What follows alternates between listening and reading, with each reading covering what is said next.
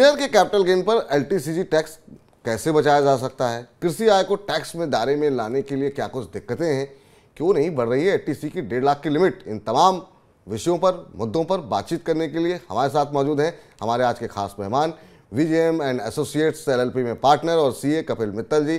कपिल जी, बहुत बहुत स्वागत, अभिनंदन आज के इस खास कार्यक्रम बुरा ना मानो टैक्स में शामिल होने के लिए, मई9 के मंच पर आने के लिए बहुत बहुत आभार आपका सर। बहुत बहुत धन्यवाद विपुल जी। पहला प्रश्न आपसे यही होगा कपिल जी कि अगर किसी व्यक्ति के पास एक से ज़्यादा घर हैं तो क्या उनको बेचने से हुए कैपिटल गेन को एक रेजिडेंशियल प्रॉपर्टी में लगाकर एलटीसीजी टैक्स बचाया जा सकता है या फिर अलग अलग रेजिडेंशियल प्रॉपर्टी लेनी होगी? इसके लिए क्या कुछ नियम हैं और वो लोग जो लोग 2 प्रॉपर्टी एक साथ अफोर्ड कर सकते हैं वो कैसे इस टैक्स को बचा सकते हैं? विपुल जी, देखिए, इंडिया में एक बहुत ही अच्छा प्रावधान इन्होंने रखा हुआ है। जब भी हम रेजिडेंशियल प्रॉपर्टी की बात करते हैं तो गवर्नमेंट ने पूरी कोशिश करी है कि किस तरह से वो एक मीडियम वर्ग को या फिर किसी भी एक इंडिविजुअल को कैसे बेनिफिट दे और कैसे उसको दूर रखा जाए टैक्स के झमेले से। तो यहाँ पे एक सेक्शन हमारा प्ले होता है, सेक्शन 54। सेक्शन 54 हमें बताता है कि आप कोई भी रेजिडेंशियल प्रॉपर्टी अगर बेच रहे हैं और उसके अगेंस्ट आप दोबारा से कोई दूसरी रेजिडेंशियल प्रॉपर्टी खरीद रहे हैं, तो आपको बेचने पे जो कैपिटल गेन आ रहा है उसको उस पे टैक्स बचाने के लिए आप कैसे अपनी परचेज, एक नई रेजिडेंशियल प्रॉपर्टी को परचेज करके अपना टैक्स बचा सकते हैं। तो इसके प्रावधान कुछ इस तरह से है। अगर आपने कोई भी रेजिडेंशियल प्रॉपर्टी बेची है, उसके ऊपर आपको जो भी कैपिटल गेन हो रहा है उसको आप इन्वेस्ट कर सकते हैं एक नई रेजिडेंशियल प्रॉपर्टी में, जिसकी इन्वेस्टमेंट के तरीके हैं। अगर आप उसको परचेज कर रहे हैं तो जब भी आपने अपना पुराना घर बेचा है उसके पीछे 1 साल में या उसके आगे आने वाले 2 सालों में आप नया घर परचेज कर सकते हैं और जो भी कैपिटल गेन आपको उधर हो रहा है पुराने मकान के सेल पे, उसको आप इन्वेस्ट करके उस पर अपना टैक्स बचा सकते हैं। इसी तरह से आप लेट्स सपोज बहुत सारे इंडिविजुअल हैं जो घर नहीं खरीद रहे हैं, वो बनवा रहे हैं अपना घर, तो उन्होंने एक लैंड खरीदा, उसके ऊपर कंस्ट्रक्शन करे, तो वहां भी गवर्नमेंट ने प्रावधान दिया है कि अगर आपने कोई प्रॉपर्टी बेची है अपनी रेजिडेंशियल प्रॉपर्टी, तो आप अपना नया कंस्ट्रक्शन करा सकते हैं, जिसके लिए आपको 3 साल का समय गवर्नमेंट ने दिया है। 3 साल बहुत अच्छा पीरियड होता है, बट यहाँ पे ध्यान रखने वाली बात यह है कि जिस भी साल आपको कैपिटल गेन हो रहा है उसकी रिटर्न फाइलिंग की ड्यू डेट तक या तो आपको परचेज कर लेना है या कंस्ट्रक्शन कराना है। अगर आप वो नहीं करा पा रहे हैं तो आप उस पैसे को इन्वेस्ट कर देंगे। एक कैपिटल गेन अकाउंट खुल जाता है आपका, किसी भी बैंक में आप जाएंगे तो वहां खोल सकते हैं, उस पैसे को आप वहां इन्वेस्ट कर देंगे और आप अपनी इनकम टैक्स रिटर्न में दिखा देंगे कि ये पैसा आपने वहां जमा करा दिया, इनके साथ खरीद या फिर कंस्ट्रक्ट नहीं करा पाए अपनी रिटर्न फाइलिंग की डेट तक। तो इस तरह से आपको वहां पे एक प्रोविजनल बेसिस पे गवर्नमेंट डिडक्शन दे देती है। तो मैं यहाँ पर अब वापस आते हैं आपके सवाल पे। आपने बताया कि वहां पे उनके पास बहुत सारे घर हैं और जिनको वो बेच रहे हैं और उससे वो प्लान कर रहे हैं कि एक अपना नया घर खरीदेंगे।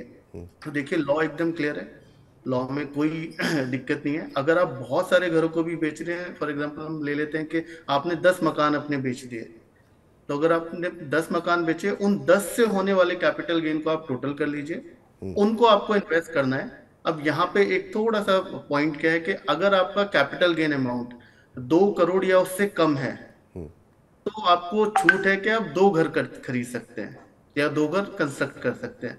लेकिन अगर आपका कैपिटल गेन सभी 10 मकानों की सेल से 2 करोड़ से ज्यादा है तो आप सिर्फ एक ही मकान खरीद सकते हैं, बना सकते हैं। तो ये प्रावधान है, आपको बहुत अच्छा बेनिफिट दिया है जहां पे आपको मिल जाएगा। प्लस इसमें एक और चीज का आपको ध्यान रखना है कि जो घर आप खरीदेंगे उसको अगले 3 साल तक आपको सेल नहीं करना है। अगर आपने 3 साल से पहले उस घर को बेच दिया तो फिर जितना भी आपको एग्जेम्पशन मिला वो सारा आपके हाथ में दोबारा से टैक्स हो जाएगा। तो गवर्नमेंट ने पूरा ध्यान रखा है कि आप एक या एक से ज्यादा घर भी अगर बेच रहे हैं तो आप उसको इन्वेस्ट करके उस पे होने वाले कैपिटल गेन पे अपना टैक्स बचा सकते हैं। तो यहाँ पे कपिल जी आपने बताया किस तरीके से जो है long term capital gain tax को बचाया जा सकता है। एक चीज़ आपने फोकस जो है रेजिडेंशियल प्रॉपर्टी पे किया। मान लीजिए कोई व्यक्ति रेजिडेंशियल प्रॉपर्टी लेने के बाद मतलब ये कह रहा है कि रेजिडेंशियल प्रॉपर्टी लेगा और उसको दुकान में तब्दील कर दे या कमर्शियल प्रॉपर्टी में तब्दील कर दे, तो क्या उसको भी टैक्स का बेनिफिट मिलेगा? किस यहाँ पर नियम क्या कहते हैं? कि यहाँ पे ना एकदम क्लियर है। जब हम बात करते हैं कि आपने रेजिडेंशियल प्रॉपर्टी खरीदी और आप उसको बेच नहीं सकते हैं 3 साल तक, जी। तो कहीं ना कहीं गवर्नमेंट का इंटेंशन क्लियर है। अगर हम उससे थोड़ा इधर उधर भागेंगे तो चैलेंजेस आ सकते हैं, दिक्कतें हो सकती हैं। बट फिर भी मैं ये कहूंगा कि ऐसा कोई रिस्ट्रिक्शन नहीं है। तो मेरा व्यू ये है कि उसको रेजिडेंशियल प्रॉपर्टी में ही रखा जाए 3 साल तक। जी। उसके बाद आपको जो भी चेंज करना है वो आप कर सकते हैं। ठीक। अब ये तो रही प्रॉपर्टी पर लगने वाले एलटीसीजी टैक्स की, लेकिन कई लोगों को चाहे शेयर हो, म्यूचुअल फंड या फिर दूसरी एसेट से long term capital gain tax, long term capital gain होता है। इस पर टैक्स किस सेक्शन के तहत और कैसे बचाया जा सकता है? इसके लिए किन महत्वपूर्ण बातों का ध्यान रखना चाहिए? क्योंकि बड़ी संख्या में अब लोग शेयर मार्केट, म्यूचुअल फंड, इन तमाम जगहों पर निवेश कर रहे हैं, और जिस तरीके से डीमैट अकाउंट खोल रहे हैं तो आप देख रहे हैं फाइनेंशियल लिटरेसी भी बढ़ रही है देश के अंदर पहले के मुकाबले। तो ऐसे में वो कैसे अपने अपने टैक्स को बचा सकते हैं? देखिए, जब हम बात करते हैं रेजिडेंशियल असेट की तो हमने बात कर ली, लेकिन अगर हम किसी और असेट की बात करें जिसमें शेयर्स, म्यूचुअल फंड्स वगैरह मेजरली हम कवर करते हैं, तो वहां पे एक सेक्शन गवर्नमेंट ने दिया है, सेक्शन 54F। सेक्शन 54F बात करता है कि कब आपको अदर देन रेजिडेंशियल प्रॉपर्टी लेकिन कैपिटल असेट का टैक्स, कैपिटल गेन टैक्स आपको कैसे माफ होगा। तो यहाँ पे मेजरली शेयर्स वगैरह इन सब का कवर करते हैं। आपको ये ध्यान रखना है कि जो कैपिटल असेट आप बेच रहे हैं जिस पे कैपिटल गेन हो रहा है वो लॉन्ग टर्म कैपिटल असेट होनी चाहिए। जब हम शेयर्स की, लिस्टेड शेयर्स की बात करते हैं तो कैपिटल असेट को long term capital gain count करने के लिए उसका आपको 12 महीने के लिए अपने पास होल्ड करके रखना है कि डेट ऑफ परचेज से डेट ऑफ सेल के बीच में जो गैप होना चाहिए वो कम से कम 12 महीने का होना चाहिए। जब हम बात करते हैं अनलिस्टेड शेयर्स की तो वही गैप 12 महीने की जगह 24 महीने हो जाता है। जी। तो ये आपको ध्यान रखना है कि जो कैपिटल एसेट आप बेच रहे हैं उस पे जो गेन आपको होना चाहिए वो लॉन्ग टर्म कैपिटल गेन होना चाहिए, ना कि short term. Long term capital gain होना बहुत जरूरी है जिससे कि आपको यहाँ पे बेनिफिट मिले। ये सेक्शन है सेक्शन 54F। जी। सेक्शन 54F इसी टाइप के केसेस को, इसी टाइप की कैपिटल सेट को डील करता है। यहाँ पे भी प्रावधान एकदम सिंपल है। यहाँ पर भी गवर्नमेंट ने सेम जो सेक्शन 54 में बेनिफिट्स वगैरह दिए थे या जी। कंडीशन लगाई थी, यहाँ पर भी वही कंडीशन लगाई है कि आपका कोई भी capital asset other than house property अगर आप बेच रहे हैं उसको लॉन्ग, उससे पे होने वाले लॉन्ग टर्म कैपिटल गेन को आप इन्वेस्ट कर सकते हैं अपने एक रेजिडेंशियल हाउस में। तो जो रेजिडेंशियल हाउस में आप इन्वेस्टमेंट करेंगे वो जी। कैपिटल गेन जो भी आपको हो रहा है वो आपको इन्वेस्ट करना है। अगेन यहाँ पे सेम प्रावधान है। आपका जो परचेज है वो आपकी डेट ऑफ ट्रांसफर, जो भी आपने कैपिटल असेट बेचा है शेयर, उसकी ट्रांसफर की डेट से 1 साल पहले या 2 साल बाद तक आप परचेज कर सकते हैं। प्लस आप अगले 3 सालों तक उसे कंस्ट्रक्ट भी करा सकते हैं। जी। प्रावधान एकदम सेम है। प्लस अब यहाँ पे जैसे मैंने पहले बताया था कि अगर आपने आईटीआर फाइल करनी है तो आईटीआर फाइल करने तक नहीं कर पाए तो आपको अपना कैपिटल गेन अकाउंट में जमा कराना है। जी, ठीक। आप कुछ कह रहे थे। जी, मैं ये कह रहा था कि अब जैसे आपने 54 का जिक्र किया, सेक्शन 54 का किया, 54F के का जिक्र किया, इसके अलावा एक तीसरा विकल्प 54EC का भी होता है। अब ये जी, क्या होता है? इसके जरिए long term capital gain tax को कैसे बचाया जा सकता है? अगर इसको आप इन तीनों धाराओं को जरा थोड़ा सा एक्सप्लेन कर दें हमारे दर्शकों के लिए, कि वो ताकि जब वो अपने टैक्स को बचाने जाएं तो कम से कम इन धाराओं का ध्यान रखें। तो देखिए 54EC एक सेपरेट सेक्शन है जो कि बात करता है कि फॉर एग्जांपल के आपने कोई अपनी असेट बेची है या कोई हाउस प्रॉपर्टी बेची है, लेकिन आप अभी कोई भी घर या मकान नहीं खरीदना चाहते हैं, तो आपको जो कैपिटल गेन हो रहा है उसका एग्जेम्पशन कैसे मिलेगा, उस पे जो टैक्स है उसको आप कैसे एग्जेम्प्ट करेंगे। तो यहाँ पे गवर्नमेंट ने एक बेनिफिट दिया है कि सेक्शन 54EC, सेक्शन 54EC कहता है कि अगर आपने कोई भी रेजिडेंशियल प्रॉपर्टी बेची है, उस पे आपको कोई भी कैपिटल गेन हो रहा है या फिर आपने कोई लैंड या बिल्डिंग बेची है, तो उसका कैपिटल गेन आप यहाँ पे एग्जेम्प्ट करा सकते हैं। लेकिन यहाँ पे जो कैपिटल गेन आपका एग्जेम्प्ट होगा उसकी लिमिट है, वो है 50 लाख रुपए। अगर आपका कैपिटल गेन 50 लाख से ज्यादा है तो 50 लाख तक आप इस सेक्शन में जाके एग्जेम्प्ट कर सकते हैं। उससे ऊपर कोई भी आपका कैपिटल गेन है तो वो उस पर आपको टैक्स पे करना पड़ेगा। यहाँ पे गवर्नमेंट ने बोला क्या है कि कुछ स्पेसिफाइड बॉन्ड्स वगैरह वो इश्यू करेंगे, उन बॉन्ड्स को आप परचेज करेंगे, उन बॉन्ड्स के ऊपर 5 साल का लॉक इन मिलेगा आपको कि वो बॉन्ड्स आप 5 साल तक सेल नहीं कर सकते हैं। तो यहाँ पे वो बॉन्ड्स आप जब खरीदेंगे तो आपको एग्जेम्पशन मिलेगा। 5 साल तक आप वो बॉन्ड्स बेच नहीं सकते हैं, उन बॉन्ड्स के अगेंस्ट आप लोन भी नहीं ले सकते हैं। तो आपको ये ध्यान रखना है कि जो बॉन्ड आपने खरीदे हैं, उस बॉन्ड पे जो गवर्नमेंट अपना नॉर्मल इंटरेस्ट वगैरह आपको दे रही है वही आपको मिलेगा, उसके अलावा कुछ नहीं। तो ये जो तीनों सेक्शन है, 54, 54F या 54EC, तीनों ही आपकी इनकम, कैपिटल गेन से होने वाली इनकम को एग्जेम्प्ट करते हैं। जब 54 की बात करते हैं तो हाउस प्रॉपर्टी आप बेच रहे हैं, उस पे होने वाले कैपिटल गेन को आप एग्जेम्पशन क्लेम करते हैं जी 54 में। 54F बात करता है कि आपकी कैपिटल एसेट अदर देन, जो कि हाउस प्रॉपर्टी से अलग कोई एसेट है, आपकी शेयर्स, म्यूचुअल फंड वगैरह, उसको आपको एग्जेम्पशन वहां पे मिलता है, जो भी कैपिटल गेन आपका हो रहा है। और 54EC, 54EC सिर्फ और सिर्फ लैंड, बिल्डिंग या फिर रेजिडेंशियल प्रॉपर्टी या कोई भी प्रॉपर्टी के लिए आप वहां पे बेनिफिट क्लेम कर सकते हैं, लेकिन वहां लिमिट है 50 लाख तक का आपका कैपिटल गेन एग्जाम्प्ट होगा। तो इस तरह से इन तीनों सेक्शंस का बेनिफिट ले सकते हैं। तो हम उम्मीद करते हैं हमारे जो तमाम दर्शक हैं वो कम से कम ये बात समझ गए होंगे इन 3 धाराओं में किस किस तरीके से वो अपने लॉन्ग टर्म कैपिटल गेंस को बचा सकते हैं, कहाँ पर उनको कितना निवेश करना चाहिए, किसकी क्या लिमिट है, क्या समय सीमा है।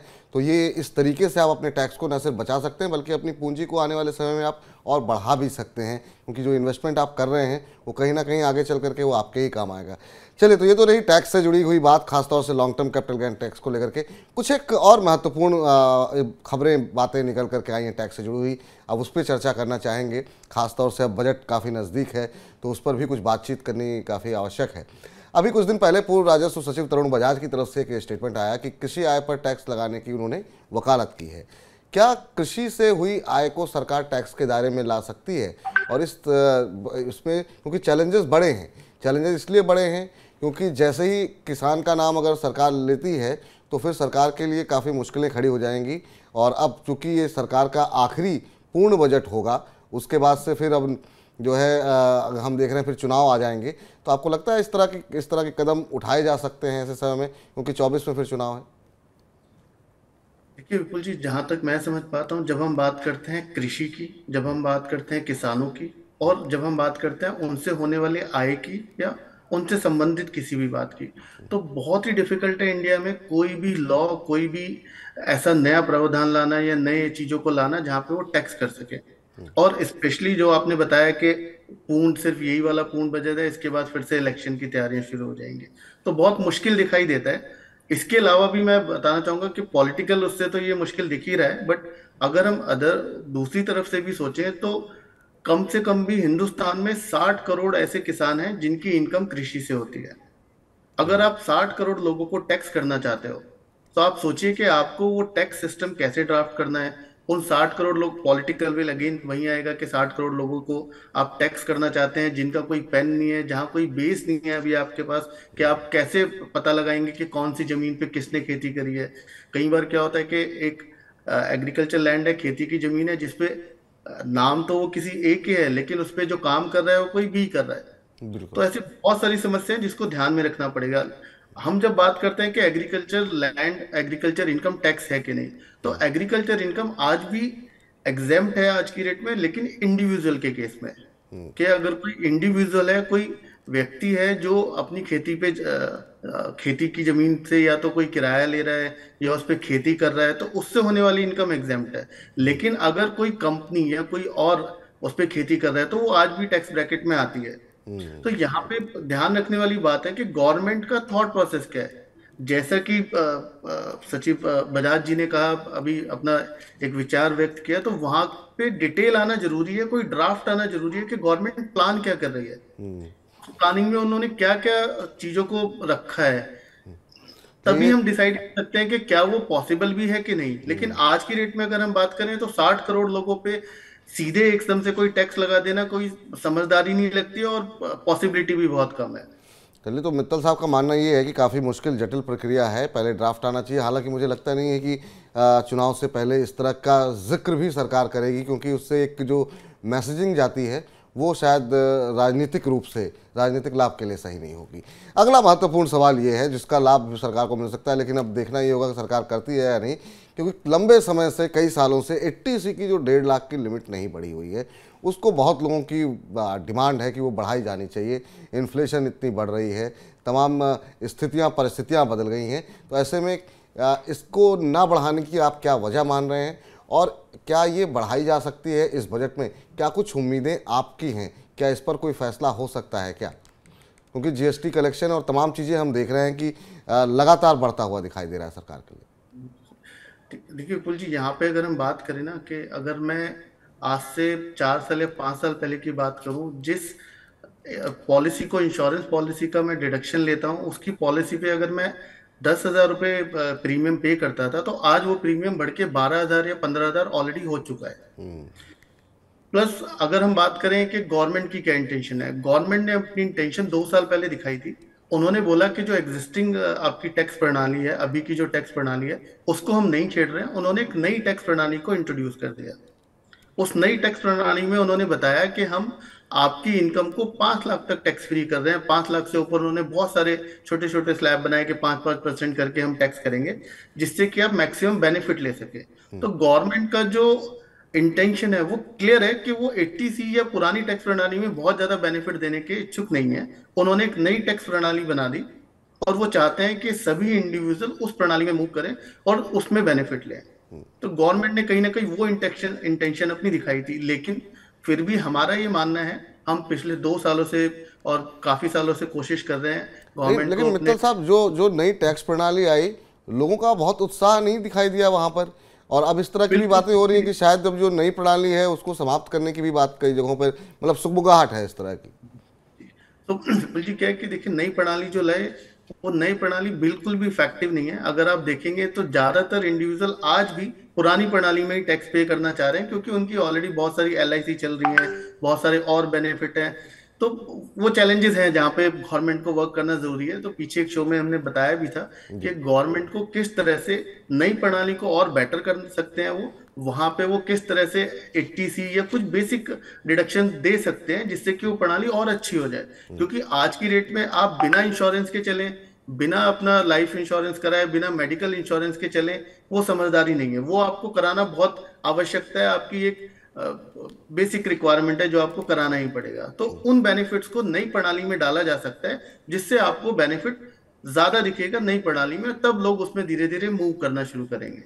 मैं ये नहीं कहूंगा कि सारे के सारे बेनिफिट वहां पे दे दें, लेकिन कुछ एक बेसिक बेनिफिट जो आज की एक रिक्वायरमेंट है, जो आज आपको चाहिए ही चाहिए, उसको वहां डाल देना चाहिए।